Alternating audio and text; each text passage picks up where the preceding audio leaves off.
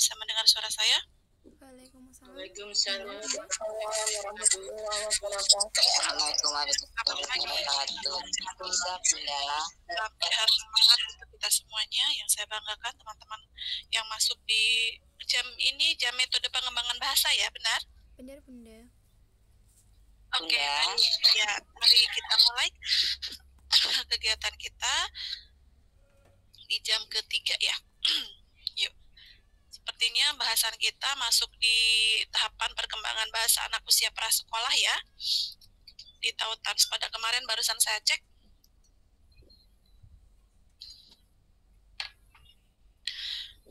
Mari kita mulai. Bunda-bunda boleh dicek kembali di sepadanya, materinya dibuka, kita diskusi bersama mengenai bagaimana sih tahapan perkembangan bahasa pada anak usia prasekolah. Anak usia prasekolah itu anak usia kelompok bermain ya. Kemarin kan usia batita tuh. Ya, usia 0 sampai 2 atau 3 tahun. Nah, sekarang di sini 3 sampai 4,5 atau 5 tahun bisa masuk di sini TKA ya. 3 sampai 4.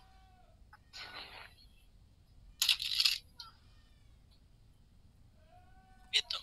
Nah, mari kita mulai saja bagaimana perolehan bahasa pada anak usia prasekolah. Seiring dengan usia, maka seiring kaya juga gitu ya, bertambahnya usia maka bertambah pula perkembangan bahasanya gitu ya. Semakin kaya, semakin banyak yang terlihat, yang muncul, yang kita akan kaji baik dari aspek fonetiknya, semantik, sintaksis ya, pragmatis maupun morfemiknya. Begitu. Nanti kita akan cermati mungkin di kelas, di bunda-bunda mengamati anak-anak sudah bisa apa sih, anak usia kelompok bermainnya, anak usia TKA-nya. Apa sayang? Sebentar izin ya, saya apa?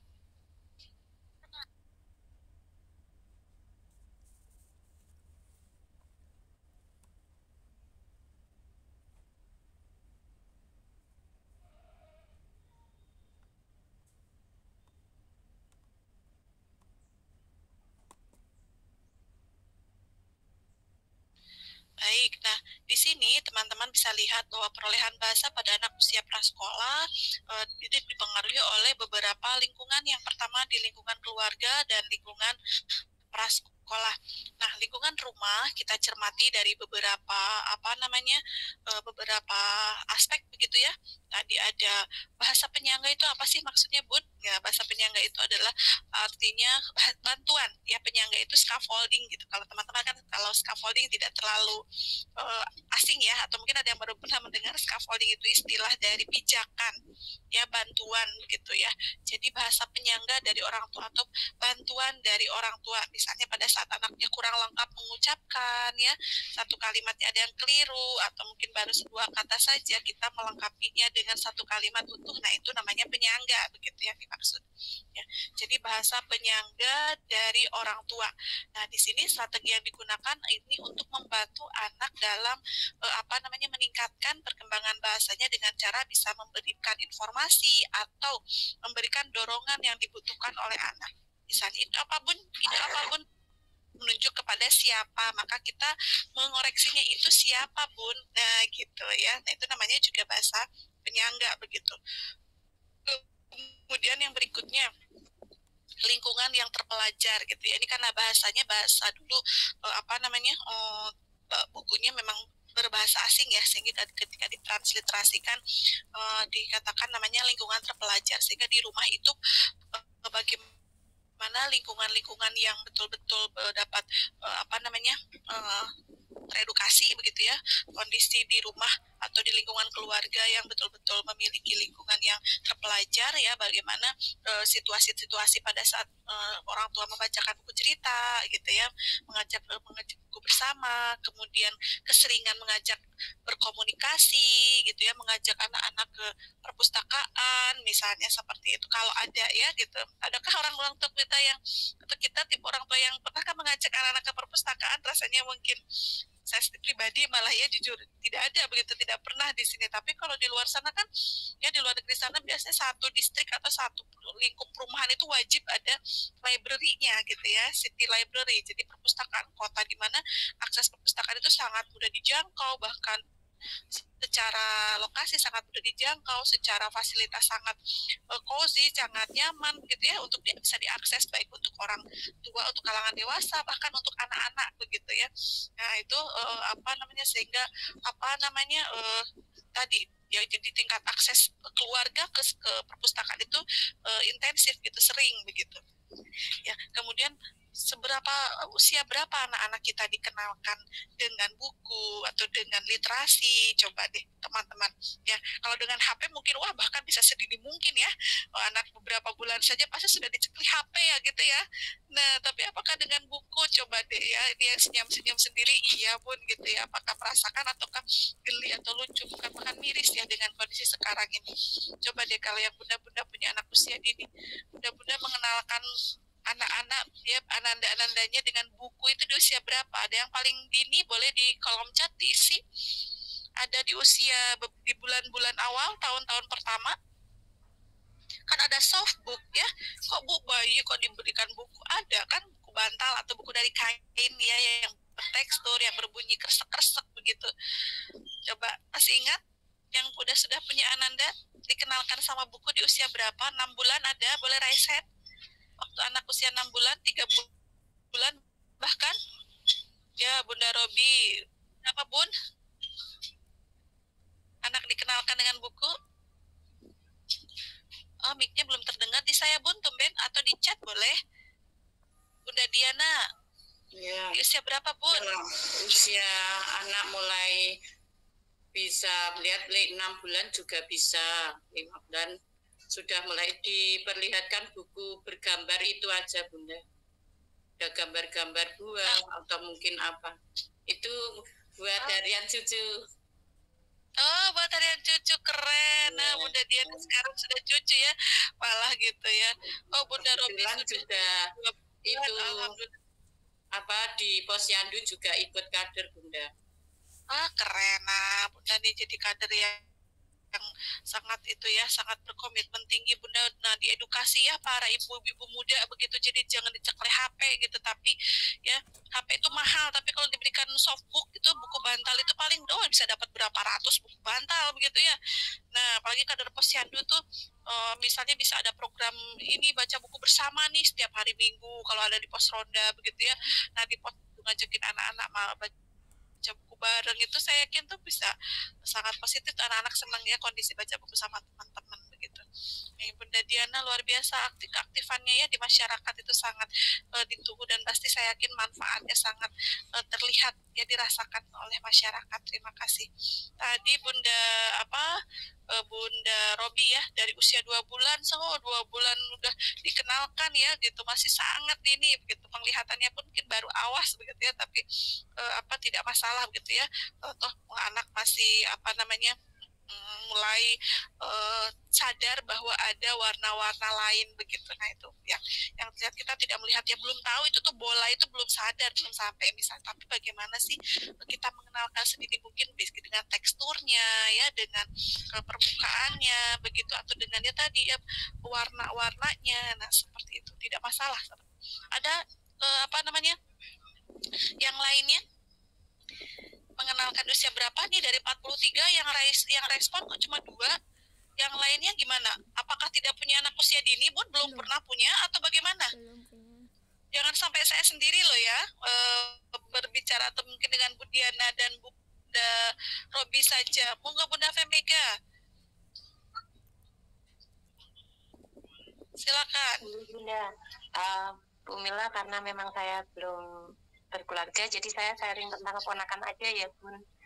Jadi saya tuh ada 2 keponakan. Yang satu itu emang dari ibunya, dari kecil itu memang sudah dibiasakan untuk ketika tidur itu didongengin Bun. Jadi bukan awalnya itu uminya yang bercerita, kemudian lama-lama bercerita dengan pakai gambar gitu Bun. Jadi uminya ngegambar gitu. Jadi misalkan kucing tuh, ini kucing, dia lagi jalan kayak gitu. Kemudian bertahap habis itu dibelikan buku. Jadi dia dari usia kemungkinan kalau tidak salah 1 tahun lebih itu sudah mulai dikenalkan buku. Nah kemudian untuk satu keponakan yang lain itu dia condong lebih ke diberi gadget gitu Bun. Jadi pakai HP. Nah ketika kita kumpul itu memang terlihat banget dua perbedaannya. Jadi satu keponakan ini dia ketika melihat ada kertas, kemudian ada pensil, ada buku itu daya tariknya untuk baca, kemudian nulis itu coret-coret itu tinggi. Tapi untuk yang satunya itu dia ketika sudah dikasih krayon, yuk gambar sesuatu yuk, itu tuh nggak kayak tidak muncul keinginan untuk ke situ, entah baca, entah bikin coret-coretan itu kelihatan banget Bun gitu.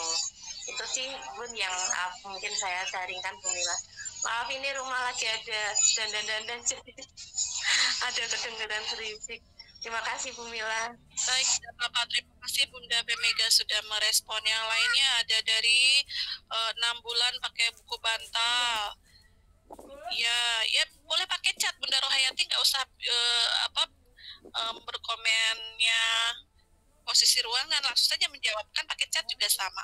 Bunda Wati ini di 6 bulan, baik gitu. Sudah di TPA dari 2 bulan, bagus ya, jadi lebih terpelajar begitu kondisinya. Baik, saya tunggu yang lainnya ya nanti. Jadi ini loh 43, masa yang merespon hanya 2, yang lainnya kemana begitu? Apa hanya sekedar hadir saja begitu atau bagaimana nih ya? Saya jadi merasa sendiri, atau teman-teman kalau merasa tidak perlu ya tidak perlu meeting, tidak apa-apa. Baik, kita lanjutkan. Sebentar izin.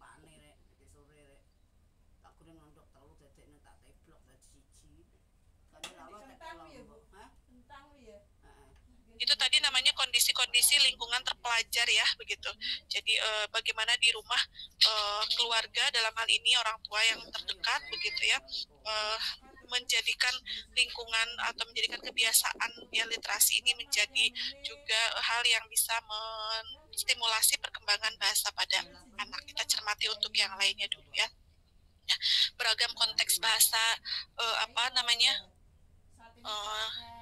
di rumah ya, ketika di tempat tidur ada pilotok misalnya tadi membersamai dibacakan buku cerita begitu ya, ketika di teras di ruang tengah mungkin ya ketika nonton bersama begitu ya didamping oleh orang tua bercerita mengenai tokoh yang atau bagaimana alur yang ditontonnya begitu ya. Nah bersama ada pesan moralnya seperti itu. Jadi beragam konteks interaksi bahasa di rumah ya, dalam kondisi apapun, ketika pagi-pagi mau misalnya berangkat sekolah seperti itu kemudian di ruang makan atau mungkin ya ketika menjelang tidur. Nah itu semuanya kan beragam konteks bahasa yang bisa orang tua keluarga lakukan untuk meningkatkan atau menstimulasi bahasa di rumah.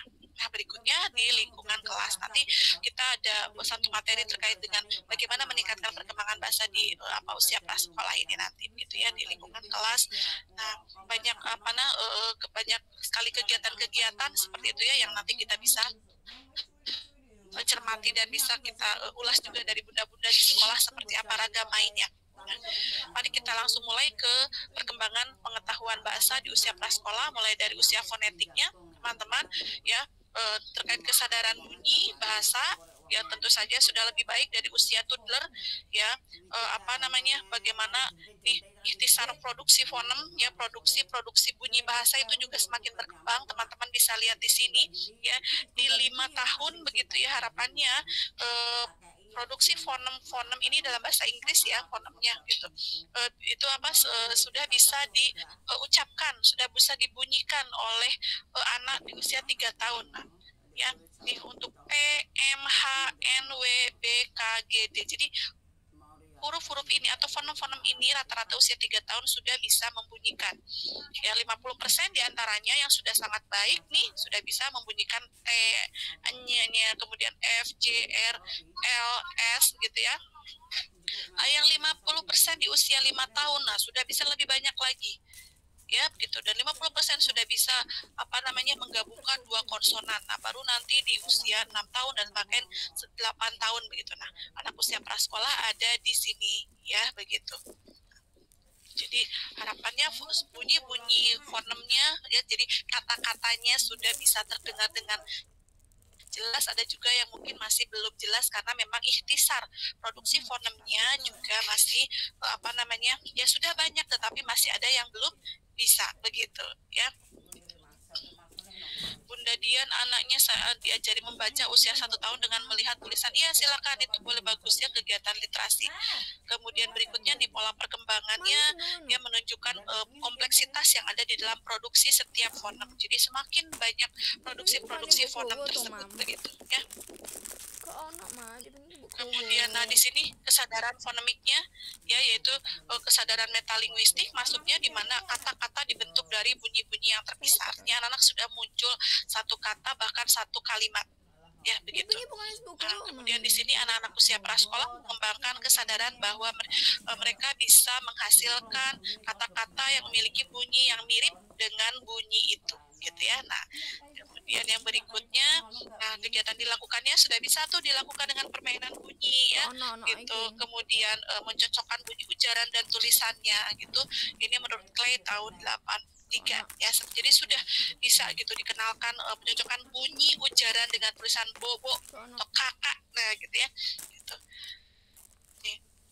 Ya, atau juga misalnya ini G untuk grand karena namanya ya, misalnya S untuk atau F untuk frozen gitu ya. Frozen itu apa, baju yang nempel, yang karakter frozen itu yang banyaknya baju anak cewek begitu, anak perempuan kan ya, ketika film Frozen itu Disney, dia dari Disney sedang hit-hitnya. Nah, biasanya kan banyak tuh ya baju karakter-karakter. Nah, ini bisa ya dijadikan literasi pada anak, bahwa misalnya B untuk Batman, ya S untuk Spider-Man begitu. Ya, jadi anak tahu ini bajunya Frozen. Oh iya, ada huruf F-nya yang besar. Nah, ini contohnya juga begitu ya, bahwa Glenn berusia 4,5 tahun melihat huruf G tercetak di bawah pot bunga.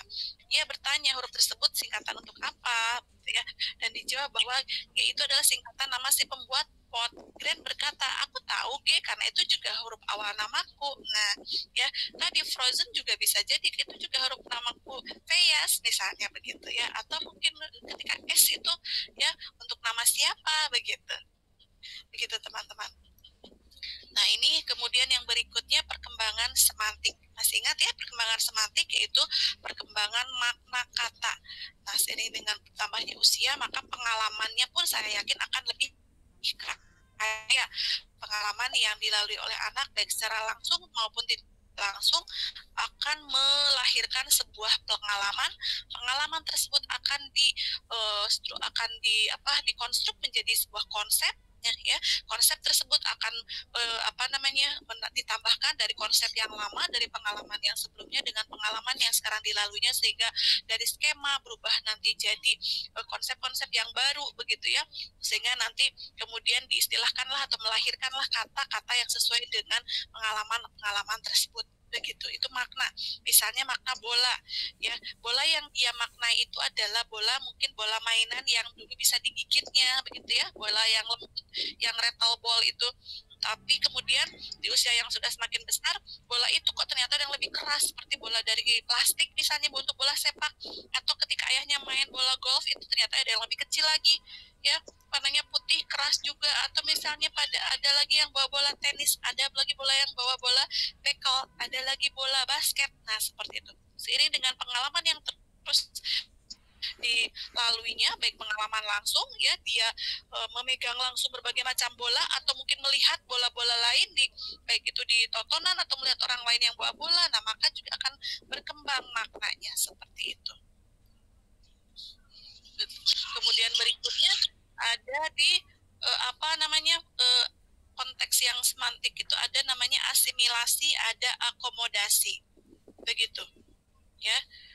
Nah, di sini ada namanya asimilasi, yaitu konsep baru yang digabungkan dalam skema konseptual. Ada tadi yang seperti saya katakan bahwa ada bola yang konsep bola yang sebelumnya, atau konsep nih kalau saya mencontohkannya di sini Nah, ya, contoh skema untuk hewan berkaki 4 yang anak tadi pahami, yang tadinya ada sapi, begitu ya.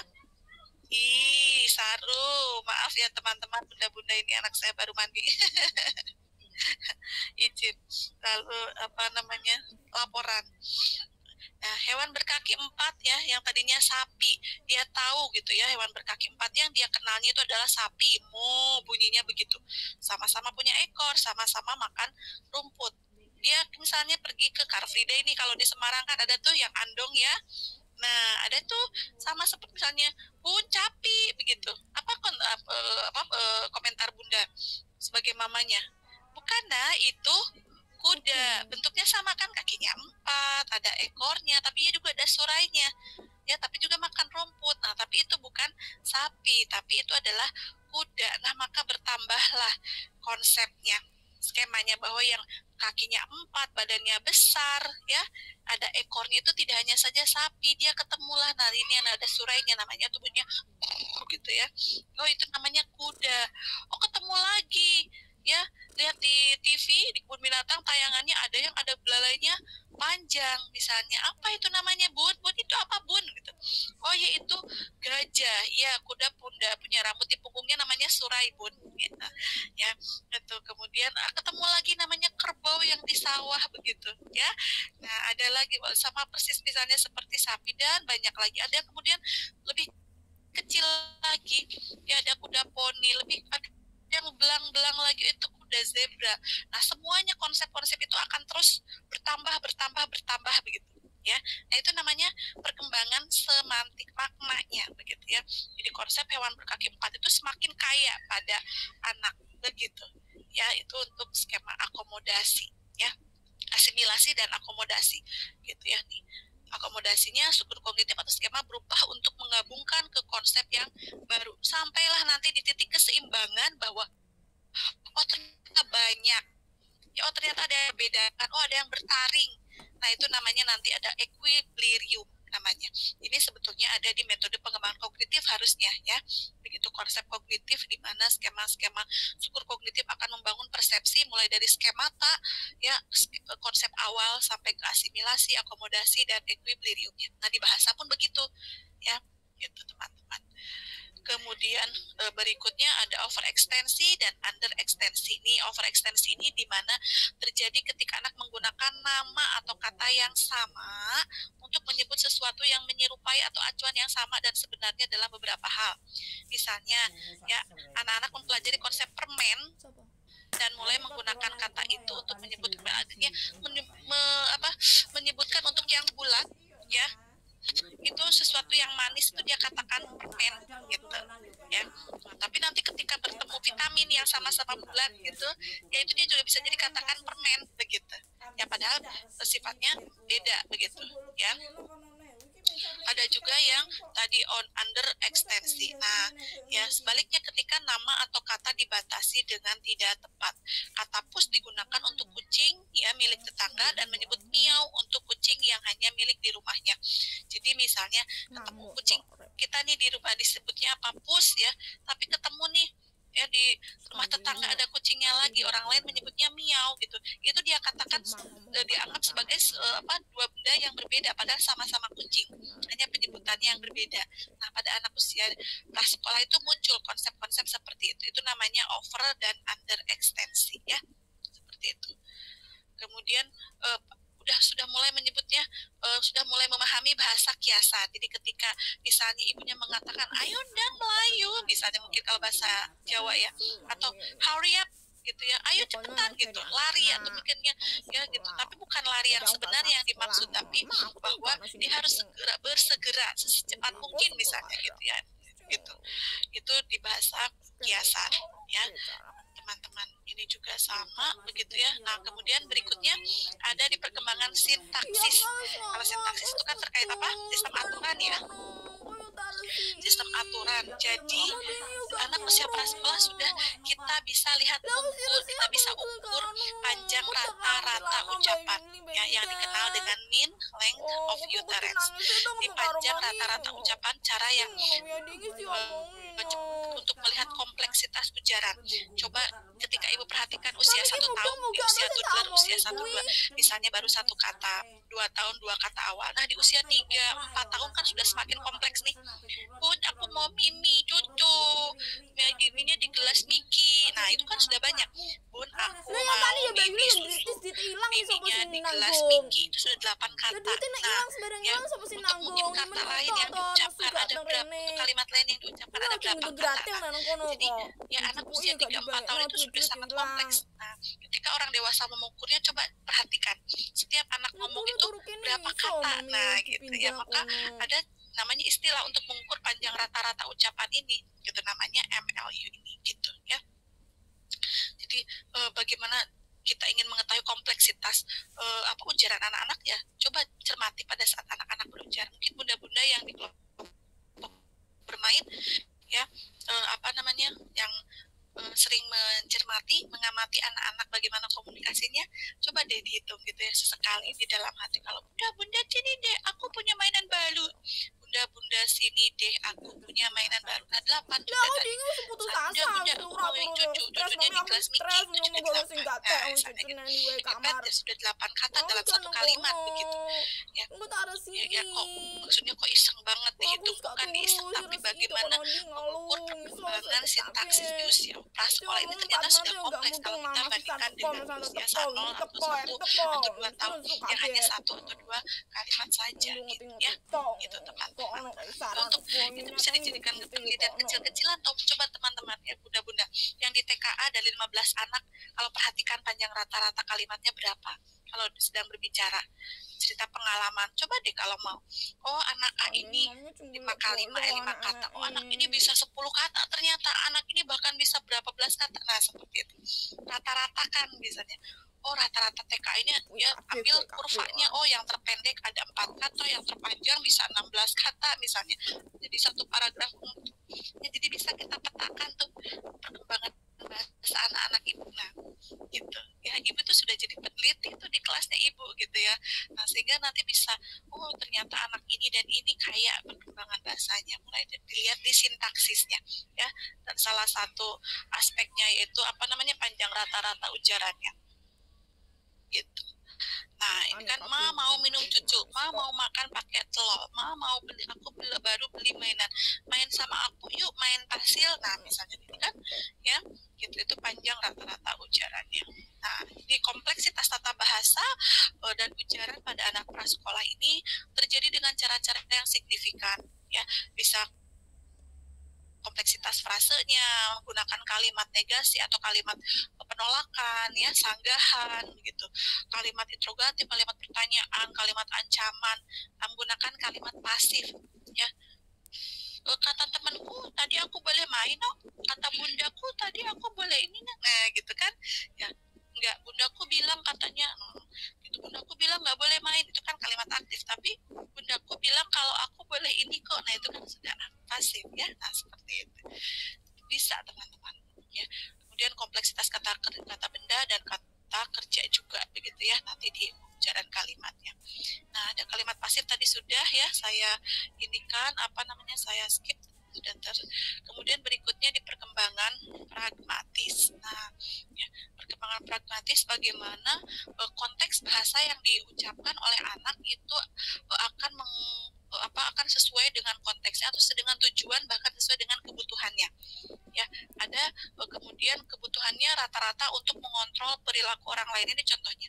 Ya, ini punyaku sambil merebut mainan. Itu untuk menunjukkan bahwa dia ingin dia ingin mendapatkan mainan itu sehingga dia merebut mainannya, karena belum bisa nih misalnya boleh pinjam dong. Nah kita kan belum diajak misalnya, belum tahu bahwa konsep ketika dia menginginkan sesuatu di orang lain itu ada kalimat yang harus dia ucapkan, pinjam dong. Nah dia baru tahu bahwa ini punyaku sambil merebut ya. Berbeda kalau sudah tahu, yuk main bareng yuk, nah gitu ya kan, ngajak, mengarahkan orang lain begitu ya kan gitu.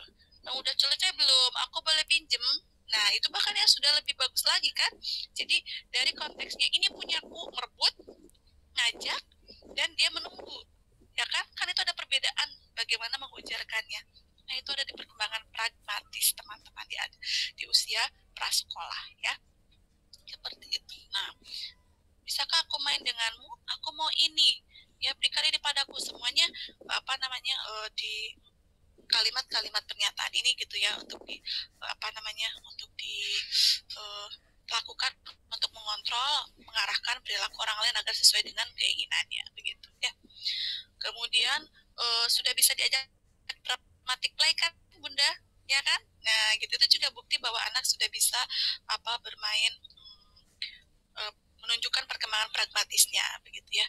Gitu. Kemudian percakapan yang sudah lebih baik ya, sudah mempertahankan percakapan, begitu. Nah, kemudian untuk bahasa tulisan sudah mulai menunjukkan coret-coretnya ya, kemudian nih membaca buku bersama dan menceritakan kembali ide-ide dasarnya. Ada juga bentuk tulisannya. Nah, seperti ini kalau untuk tulisan anak usia prasekolah mungkin masih belum masih dasar begitu ya, walaupun sudah tidak lagi coretan tapi sudah mulai terstruktur, mulai dari bagaimana dia familiar dengan huruf-hurufnya, misalnya namanya Rafif, maka dia akan familiar dengan huruf R, A, F, I, F-nya. Jadi mungkin ketika bercerita seolah-olah menulis, maka huruf-huruf tersebutlah yang akan sering dia tulis, karena itu yang baru dia bisa buat seperti itu ya, yang sering dia temui dan itu bermakna R ya gitu. Sehingga ini pun kan ada ke bawah begitu ya, ini untuk contohnya judul cerita, ini halaman 1 begitu ya, apa ceritanya, misalnya mungkin apa nih ya, buku cerita Nicole ya, membaca dengan intonasi. Jadi seolah-olah dia membaca, setelah membaca buku dia menceritakan kembali dengan tulisannya ya. Ini halaman 2. Nah, ini ya, membaca dengan intonasi, membaca kata per kata cerita kunjungan ke sebuah museum gitu ya. Nah, ini contoh tulisannya. Begitu teman-teman di anak usia prasekolah.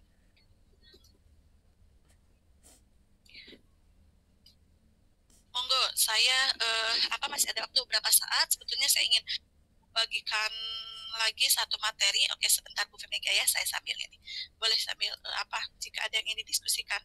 Sambil saya ajak teman-teman melihat bagaimana upaya meningkatkan perkembangan bahasa di usia prasekolah ini, begitu ya, yang saya yakin teman-teman juga di sekolah pasti sudah begitu. Monggo Bunda, silakan.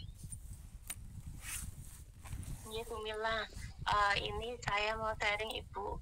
Jadi yang tadi Bu Mila jelaskan kan, untuk anak itu ada tahap-tahapannya, untuk dia yang tadinya menggunakan kalimat pendek, kemudian dia bisa berbicara dengan kalimat yang agak panjang ya Bu. Nah, anak di kelas saya itu ada, untuk latar belakangnya sih saya sampai sekarang belum tahu Bu, karena dari orang tuanya itu mengatakan ya kalau di rumah interaksinya bagus. Jadi dia itu kalau seumpamanya mau berbicara itu kayak kebalik gitu loh Bu, kebolak-balik kayak gitu. Terus ketika dia misalkan dia sudah pede itu pada saat interaksi tanya jawab itu, dia pede untuk jawab saya kayak gitu, kemudian maju.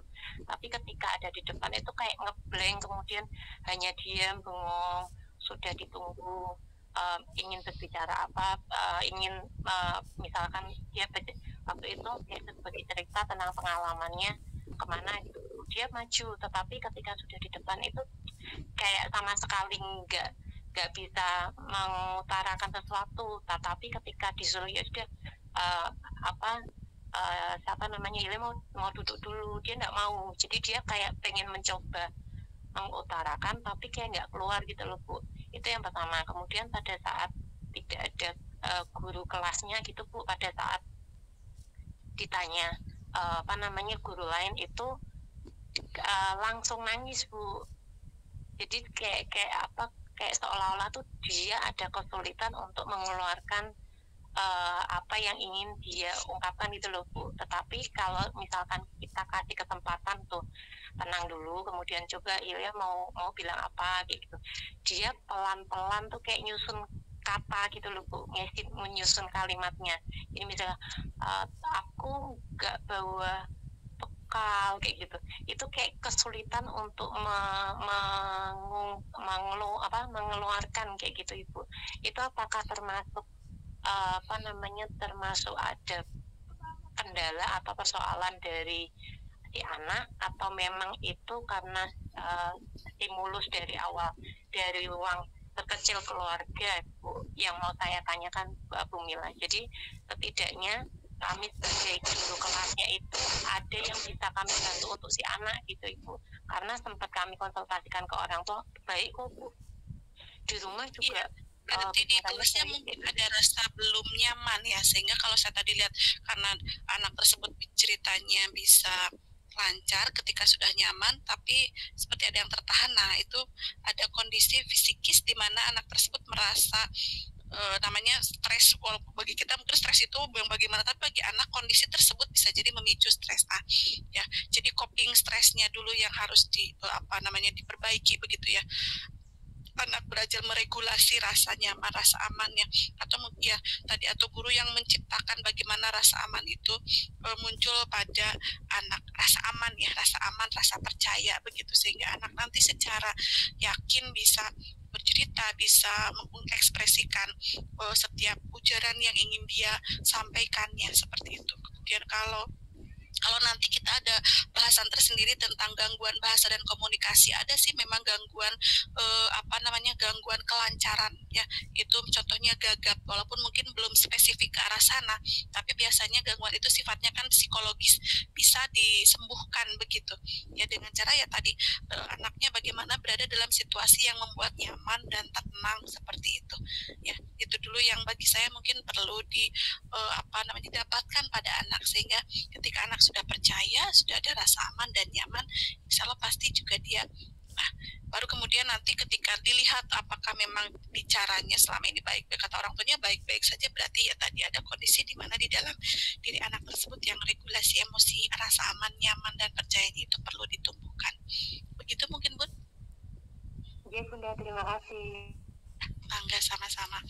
Gitu teman-teman ya, ini sedikit saya mengulas saja terkait bagaimana apa yang harus dilakukan begitu ya untuk menstimulasi perkembangan bahasa anak. Saya yakin di kelas kan sudah penuh dengan ragam main yang disediakan begitu ya, untuk apalagi yang sudah masuk di kurikulum Merdeka ya, ada CP-CP atau TP-TP yang terkait dengan literasinya sudah banyak.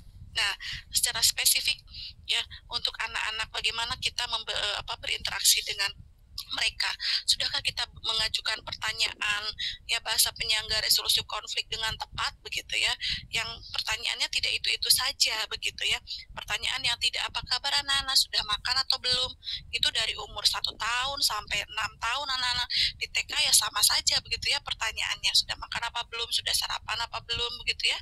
Nah, ya tapi bagaimana pertanyaan yang bervariasi, pertanyaan bertingkat, pertanyaan terbuka ya. Nah, misalnya ini saja ada contohnya begitu ya. Hewan apa yang kamu lihat di tanah dekat pohon itu?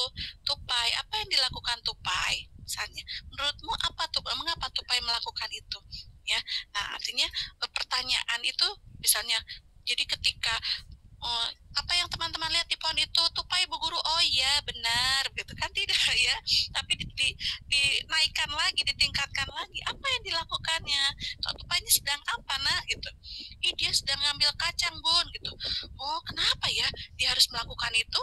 Nah, misalnya, atau mungkin di kelapa yang biasanya manjat-manjat ya, tupai itu misalnya kalau di kita, nah gitu. Jadi pertanyaan yang memang kontingen, pertanyaan terbuka seperti itu. Gitu, teman-teman. Ada pertanyaan juga yang untuk menggali informasi. Cantik. Laporan lagi sudah dibaca ya. Gitu. Ada juga bahasa bantuan sama seperti tadi di rumah. Iya, saya. Iya, boleh sama Ian ya.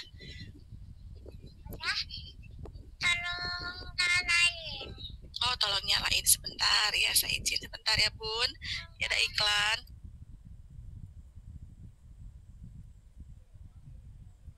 Oke, sudah iklannya ya. Lumayan ya. Kemudian berikutnya, mana tadi? Ada bahasa penyangga, ada resolusi konflik, teman-teman. Ya, jangan lupa ketika anak menggunakan ekspansi itu pengembangan ya. Nih, jadi kalau tadi, yang contoh pertanyaan tadi ini, yang tadi slide berapa, itu namanya ekspansi ya. Nah, ini ya. Misalnya, hewan apa yang kamu lihat dari dekat pohon? Tupai. Oh, itu seekor tupai warna coklat ya. Nah, itu kalau perlu tambahkan seperti itu dulu. Jadi pada saat anak mengatakan, menjawab hanya satu kata, kita mengembangkan dengan satu kalimat. Ya. hewan apa yang kamu lihat di atas pohon itu nak, misalnya, atau apa yang anak-anak lakukan tadi sebelum ke sekolah, mandi. Oh, anak-anak tadi pagi mandinya pakai apa, pakai air hangat apa air dingin gitu, dingin. Oh, anak-anak mandinya pakai air dingin ya. Nah gitu, jadi satu kata yang diucapkan oleh anak kita tambahkan, kita kembangkan. Ekspansi itu kan yang mengembangkan ya gitu. Kalau bisnis itu ekspansi bisnis, yang menyebar, mengembangkan bisnis. Nah, maka pola-pola kali bahasa pun ada namanya ekspansi konsepnya. Jadi mengembangkan ya pertanyaan yang atau kata yang diucapkan oleh anak dengan kalimat gitu ya. Ada pertanyaan kontingen, pengulangan begitu ya, ada mediasi ya, mediasi kalau di luar negeri ada ya seperti itu, artinya pijakan atau mungkin apa ya, mediasi itu transisi ya, bahasa bantuan yang diberikan oleh anak, kemudian nanti dia mengembangkannya sendiri dan kita nanti mengkonfirmasinya, itu mediasi ya, seperti itu. Ada resolusi konflik, ini terjadi kalau anak sedang terlibat konflik dengan baik dengan medianya, dengan temannya, seperti itu ya. Itu. Kemudian mendengarkan secara aktif ya, mencontohkan perbedaan budaya, panduan pembelajaran yang bahasa asing gitu ya. Itu semua bisa dilakukan. Nah, ini baru di ragam-ragam main ya, di kegiatan main balok, kegiatan main drama, perpustakaan, sentra kegiatan, sentra menulis begitu ya. Semua ada kegiatan atau tujuan-tujuan semuanya begitu. Teman-teman bisa sampaikan, dan mungkin saya yakin di kelas juga sudah muncul dan bahkan sudah terimplementasikan. Ini sudah ada penguatan dari berbagai teorinya seperti itu ya. Nah, jadi bagaimana di sini ya dibacakan read aloud begitu ya. Nah, memiliki kesempatan untuk mengembangkan pengetahuan bahasa pragmatisnya, ya, pemahaman bahwa bunyi-bunyi sistem berhubungan dengan pendengarannya, bahasa reseptifnya seperti itu.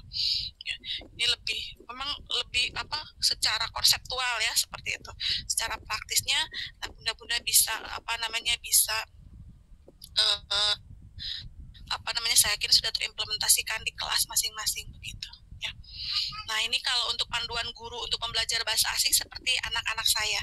Anak-anak saya di sini disebutnya pembelajar bahasa asing karena belajar bahasa Jawa yang bukan bahasa aslinya, begitupun saya. Nah, jadi kalau misalnya anak saya di sekolah, ya bagaimana sih gurunya mengajarkan bahasa Jawa yang bagi anak-anak saya itu sulit begitu.